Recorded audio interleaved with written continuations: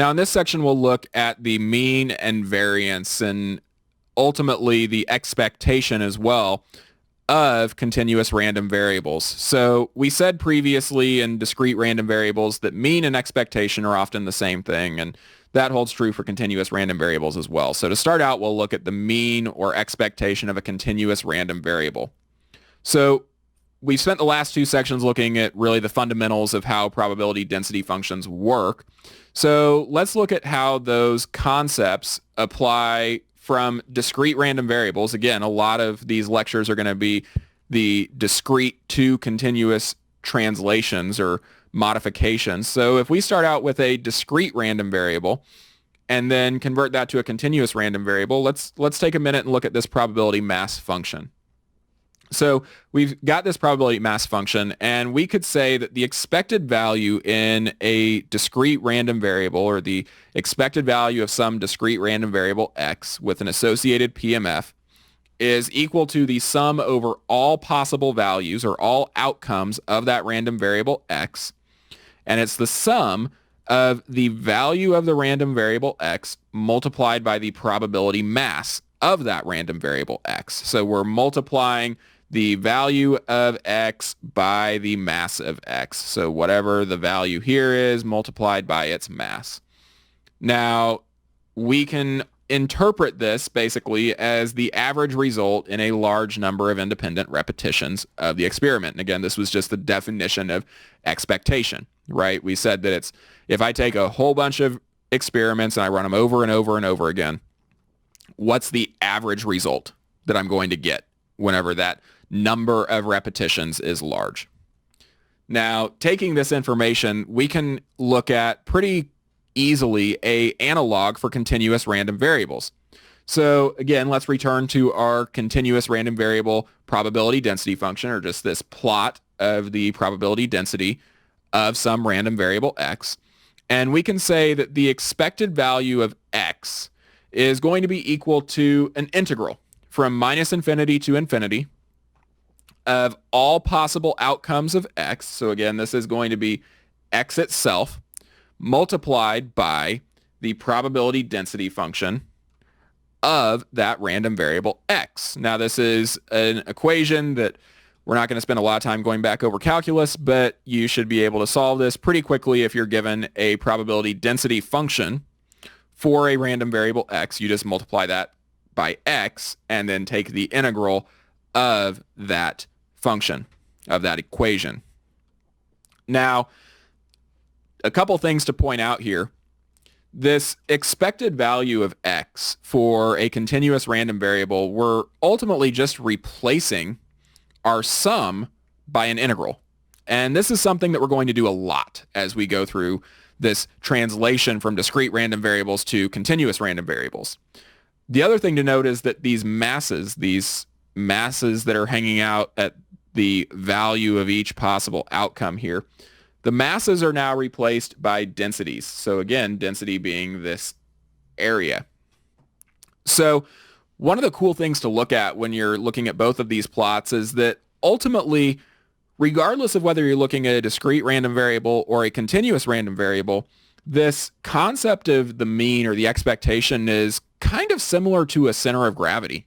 So if you think about it in terms of a center of gravity, like where's the most weight, you would look at this probability density function that's on the right, and you might say there's some mass down here and there's a lot of mass up here. So my center of gravity might be somewhere around here, and that's just a arbitrary location, but you can kind of guess just by looking at the probability density function where your expected value is going to be. It's the center of gravity, or the center of mass potentially if you want to look at a probability mass function.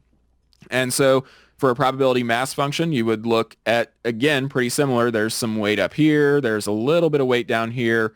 But my expected value, my center of mass, is probably going to be around there. And again, this is really just an intuitive way to look and then verify that your results seem about right later, because it is going to be sometimes a little bit tricky to make sure that your results are right. And this gives you, again, just a visual identifier to say, yeah, that looks like it's about in the right spot. I can trust that result. So again, thinking of the mean or the expectation is like this center of gravity of a probability mass function or a probability density function will often help you to verify your results. Now, there's a couple properties of expectation that we need to look at. And again, these should be fairly self-intuitive. They're things that we've covered for discrete random variables. But the first one that we'll look at is that if the random variable x has a value that is greater than or equal to 0, then the expected value of x must be greater than or equal to 0. And again, to say this a slightly different way, if all possible values, all of the outcomes that we're associating with that random variable x are greater than or equal to 0, then the expected value of the random variable x must also be greater than or equal to 0. The other thing that we'll look at is that if we have our random variable x constrained to be between some a and some b, then the expected value of x is also going to be between that a and b. Now, we looked at an expected value rule for discrete random variables. We'll see that that's basically the same for continuous, and that is if we look at the expected value of some g of x, some function of x, then we said that that was the sum over all x of the g of x multiplied by the probability mass of x, and we can find the equivalent for continuous random variables, and you'll notice it's boxed here because it is something fairly important, and that is that the expected value of a function of the random variable x, the expected value of g of x, is equal to the integral from minus infinity to infinity of g of x multiplied by the probability density function of x. So again, basically the same thing. We're replacing our summations with integrals, and we're replacing our masses with densities. Again, hopefully pretty straightforward. The other thing that we'll look at, and again, we spent a lot of time looking at these back in discrete random variables, so now we're just going to assume, and they do hold, but assume that they hold for continuous random variables, and that's linearity. And so linearity, we said that the expected value of some a times x plus b, we said for discrete random variables that that was equal to a times the expected value of x plus b. And this equation also holds true for continuous random variables. Now, looking at the variance of continuous random variables, again, variance is defined in the same way as we did for discrete random variables. We said that the variance of some random variable x was just equal to the expected value of x minus mu squared. And remember, we said that mu was just the expected value of our random variable x, right? It's literally just the mean or the expected value of our random variable. So we said that that was, again, equal to the variance of x was the expected value of x minus mu squared.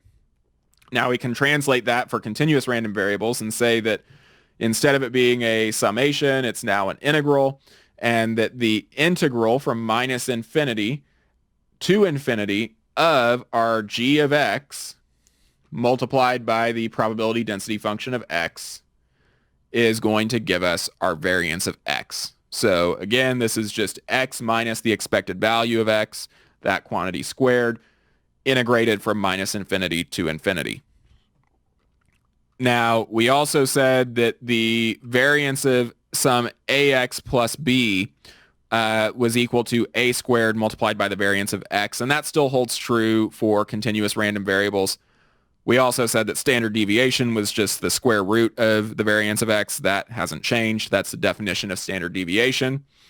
And then finally, probably the most important equation on this slide is that the variance of a random variable x, whether continuous or discrete, is equal to this expected value of x squared minus the expected value of x, then squared. And again, this equation right here often is the most useful when it comes to solving for the variance of a random variable. And again, that equation is the same whether it is a discrete or continuous random variable that you're trying to find the variance of.